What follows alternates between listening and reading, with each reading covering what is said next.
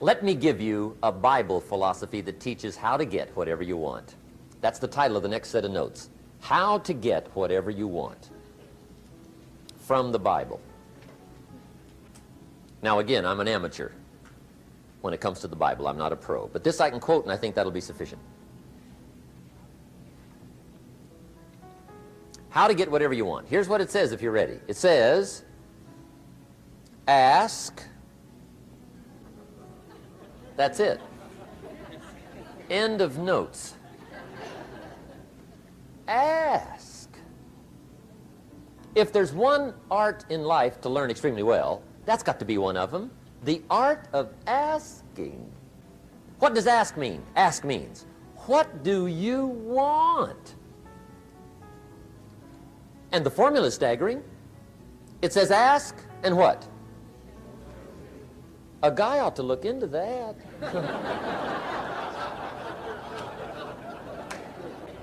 He says, yeah, but you work where I work. By the time you struggle home, it's late. You got to eat a bite of supper, watch a little TV, get to bed. You can't sit up half the night. Ask, ask, ask. And the guys be, huh? See, you've got to be better than a good worker. You've got to be a good asker. Now, let me give you 3 key points on asking and receiving. This can do it. Number 1, asking is the beginning of receiving. Asking starts a unique process, mental and emotional. I don't even know how it works. All I know is it works. It's like pushing a button and all this machinery starts working. I don't know how. It just works. There's a lot of things you don't need to know how. Just work them. Some people are always studying the roots. Others are picking the fruit. I mean, it depends on what end of it you want in on. Asking is the beginning of receiving, so start the process. Here's number 2. Receiving is not the problem. Receiving is automatic. Now, if that's true, receiving is not the problem, what's the problem? Failure to ask might be one of your major problems. I don't know. Check it out. The guy says, oh, now I see it. I got up last year and hit it every day, but there's not a scrap of paper with my goals on it. Good worker, poor asker. So you got to change that. Here's number 3. Receiving is like the ocean. There's plenty, especially in California. It's like an ocean here. Success is not in short supply. It isn't rationed, and you stepped up to the window and it was all gone. No, no, no. It's like an ocean here. Now, if that's true, what's the problem? Well, some people go to the ocean with a teaspoon. Have you got the picture? See, what you want to do in view of the size of the ocean is trade your teaspoon for at least a bucket, and you'll look better down at the ocean. Kids won't make fun of you, right? Okay. Now, there's 2 ways to ask, and we'll wrap up goal setting. 2 ways. Here's number 1. Ask with intelligence. It didn't say ask intelligently, but I'm sure it meant that. Don't mumble. You don't get anything by mumbling. Be clear. Be specific. Intelligent asking means how wide, how high, how soon, when, what size, what color, how much. Define what you want and describe what you want. That's powerful. In the weekend seminar we teach, goals become like a magnet. They pull you that direction. And the better you describe them, the more they pull. So ask intelligently. Here's number 2. Ask with faith. That's the childish part of the equation. Believe you can get what you want like a child. Not an adult. Adults are too skeptical.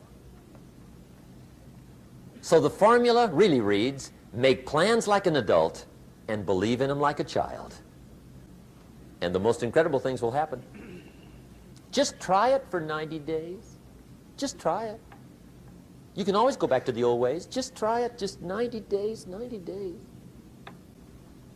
Now, here's the last qualifying phrase on goal setting, as we promised to qualify everything. And it simply goes like this. Remember, you won't get everything you want. And we've already studied the reason for that. Simply, sometimes it hails on your crop and rains on your parade. It's that kind of planet. So you won't get everything you want, but if you will work this goal-setting formula, you can get plenty for wealth and happiness. Okay, that's goal setting. We use it around the world.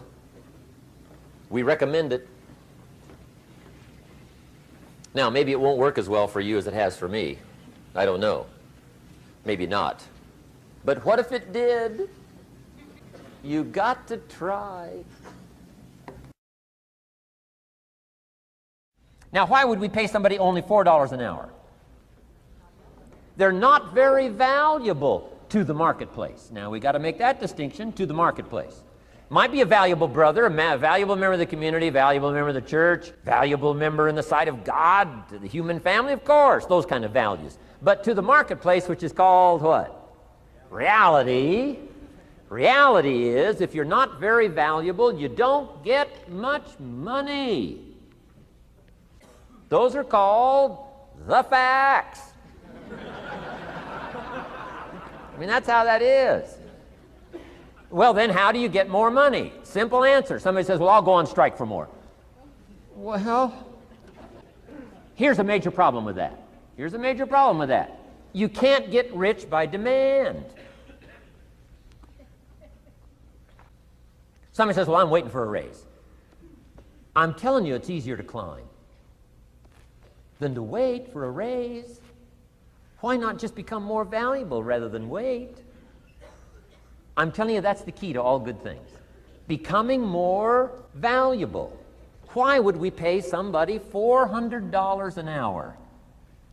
They've become more valuable to the marketplace.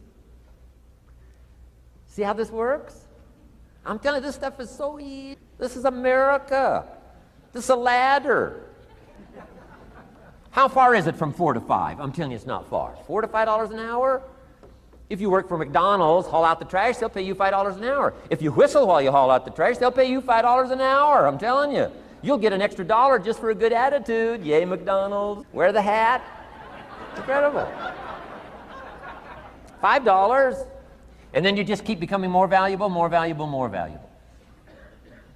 I got a telephone call 5 years ago. Company said, we're ready to expand internationally, we need some help. I was sort of semi-retired, right? Looking for the next exotic beach. They said, no, Mr. Rohn, we got a project for you, right? Going to expand internationally, we could use your help. Next little while, we'll add some millions to your fortune, make it worth your while. I said, okay. I thought later, isn't that interesting that they called me? My second thought was, of course they'd call me. Who else would they call? I mean, you know, I can get the job done. Now, how come I got a telephone call worth millions? I had become valuable. Now, I'm a farm boy from Idaho. I was raised in obscurity. 1 year of college, and I thought I was thoroughly educated. Made all kinds of mistakes galore. At age 25, the creditors are calling me saying, hey, you told us the check was in the mail. I got pennies in my pocket. I got nothing in the bank. I'm behind on my promises. How come I get a telephone call 5 years ago and it's worth millions? I changed. I turned my life around. Is it possible to become worth millions? Speaking economically, now there's a lot of values to become, but let's just talk economics. Is it possible to become that valuable? And the answer is, of course, of course. Now let me give you the secret. Shoaff said, here's the secret, Mr. Rohn. Learn to work harder on yourself than you do on your job. Once I got that, it turned my life around. Learn to work harder on yourself. Results. Every once in a while, you got to take a measure. See how you're doing with these 3 pieces: philosophy, attitude, activity. Now we take a measure called results. What is the results at the end of the day, the results at the end of the week? You can't let too much time go by without checking. When time goes by, 6 years I'd been out there working when I met my teacher, Mr. Schoaf. Schoaf said, well, Mr. Rohn, let's just go through a little summary here. He said, in the last 6 years, how much money have you saved and invested? Let's go through a little tab list here. How much money have you saved and invested the last 6 years? I said, what? 0. He said, you have messed up. You remember these notes. I like that. You've messed up. He said, who sold you on that plan? I thought, my gosh, the man's right. I'm a nice guy. I bought the wrong plan. What if you were 50 and broke? Right? Didn't need to change countries. Bought the wrong plan. What a sad scenario that would be. But Schoaf said these questions. Let's go through some results. He said, how many books have you read in the last 90 days? I said, what? 0. Wisdom of the world available? Change your life, change your future. Wisdom of the world available. Develop any skill you want. Earn the kind of income you want. Have all the treasures you want, equities you want, relationship with your family that you want, everything that you want available, and the wisdom of the world to help you get it. Haven't read any books in the last 90 days. My teacher said, Mr. Rohn, you have messed up. I'm telling you, you've got the deal. Schoaf said, Mr. Rohn, in the last 6 months, how many classes have you taken to improve your skills or to develop new skills? Go for the American dream. Become rich and powerful and sophisticated and healthy and influential. How many classes have you taken in the last 6 months? I said, how many? 0. He said, you have messed up. He said, you don't need to unmess the country. You don't need to straighten out the perplexed. You don't need to straighten out any of this stuff. All you've got to do is look within and let results teach you a great deal about your own activity, your own attitude, and your own philosophy. I went through that process. Take this phrase home. Results is the name of the game. What other game is there? Results. Here's all life asks us to do. Make measurable progress in reasonable time. Just take home that little phrase. Good phrase. We're asked in life simply to make measurable progress in reasonable time. We demand it of our children. How many years do you want your child to spend in 4th grade? Approximately. About 1. If it looks like they're not going to make it, we pour on the pressure, called legitimate pressure, lack of results. Peer pressure, family pressure, school pressure, community pressure. Every other kind of pressure we can bring to bear. Why? You can't stay more than 1 year in 4th grade. As parents, you'd have to leave the community. You say, well, what if they're nice kids? Wouldn't you give them 3 or 4 years? And the answer is no. You got to make better progress than that. So you got to check fairly often. Some things you got to check every day. Some things you got to check at least by the end of the week. Salesman joins this little sales company. He's supposed to make 10 calls first week. Wouldn't it be legitimate to call him in on Friday and say, John, what? How many calls? I mean, this stuff is simple. John says, well. Say, John, well won't fit in this little box here. Well. Now John starts with a story. You say, John, I made this little box so small so a story won't fit. I don't need a story. I need what? A number. A number. What will a number tell me? Everything. John's supposed to make 10 calls. What if he made 20? You say, wow. Wow. We got somebody. What if he only made 1 call? Whoa. Will that tell us something about John's philosophy? And the answer is yes. Will it tell us something about his attitude? Of course. Will it tell us something about his disciplines? Of course. And if he wants a lesson in life change, all he has to do is be willing to face the numbers and come up with the results that will teach you to either celebrate if you got good results or fix whatever needs to be fixed in your philosophy, attitude, activity called disciplines. You don't need to go anywhere else. I do believe in affirmations, and they are valuable as long as you affirm the truth. Because it says in ancient scripts, the truth, what? Will set you free.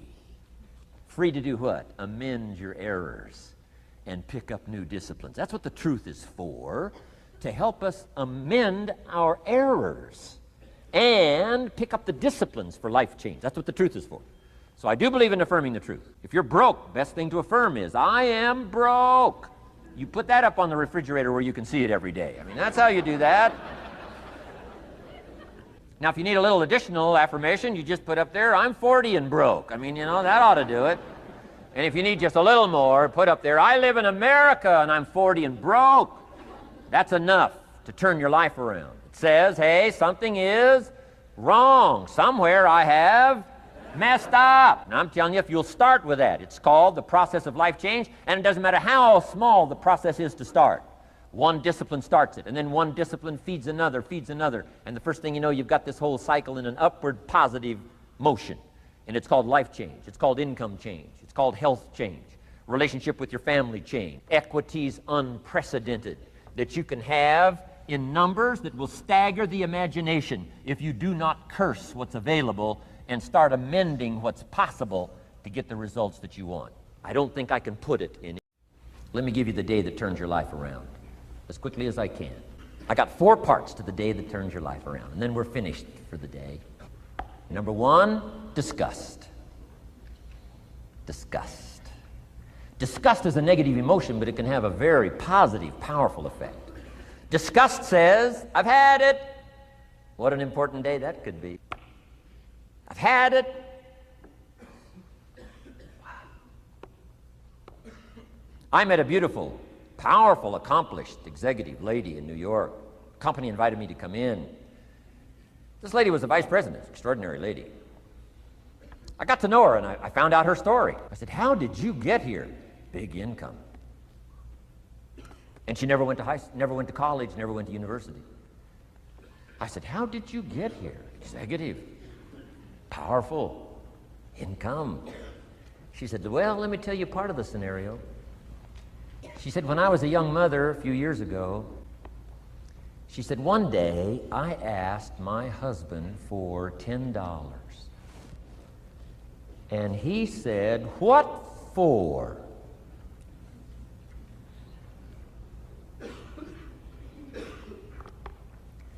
She said, before that day was over, I decided I would never, ever ask again. She said, I started studying opportunity, found it, took the classes, put myself through the schools, did the scenario. Now I'm vice president. I make a lot of money. And she said, I kept my promise. I've never, ever had to ask again. It's called a life-changing day. The day you say, enough is enough. Now, if you can add an act to your disgust, it helps. A man takes a shotgun to his car, blows out every window, destroys every tire, puts 100 rounds in it, and says, I've driven this embarrassing thing for the last time. And then he saves it. He saves it. And later when somebody says, how did you become rich and powerful? He says, let me show you this car. One day I'd had it up to here, I blew it to smithereens. Enough is enough. Here's the last 3. Next is decision. Decision making is a life-changing day. If you went home today and in the next few days cleaned up a list of decisions, it could furnish enough inspiration for the next 5 years, 10 years. What an inspiring day, the day you can bring yourself to decide. And here's the 3rd one, desire, wanting too bad enough. Who knows the mystery of that? We don't know. But here's something I do know. Sometimes desire waits for a trigger, waits for something to happen. Who knows what the happening may be? A song, the lyrics, a movie, the dialogue, a seminar, a sermon, a book, an experience, confrontation with an enemy, a conversation with a friend who finally levels with you. Whatever the experience it is, it's so valuable. And here's my best advice. Welcome all experiences. You never know which one is going to turn everything on. Don't put up the walls. The same wall that keeps out disappointment keeps out happiness. Take down the walls. Go for the experience. Let it teach you. And here's the last one. Resolve. Resolve says I will, two of the most powerful words in the language. Benjamin Disraeli said, nothing can resist a human will that will stake its existence on its purpose. Shortly put, I'll do it or die. Best definition of resolve I got from a little junior high girl, Foster City, California. I'm going through some words one day. I got to this one and I asked the kids, who can tell me what resolve means? Some didn't know, some tried. Interesting. The last one was the best. Little girl about 3 rows back, she said, I think I know, Mr. Rohn. I said, what? She said, I think resolve means promising yourself you will never give up. I said, that's the best I've ever heard. She's probably giving seminars somewhere today, right? I mean, that's the best I've heard. I asked the kids, how long should a baby try to learn how to walk? How long would you give your average baby? Before you say, hey, enough's enough. No! Any mother in the world would say, you're crazy. My baby is going to keep trying what? Until. What a magic word. I want you to write it down. Until. Promise yourself you'll read the books until your skills change. You'll go to seminars until you get a handle on it. You'll listen to it until it makes sense.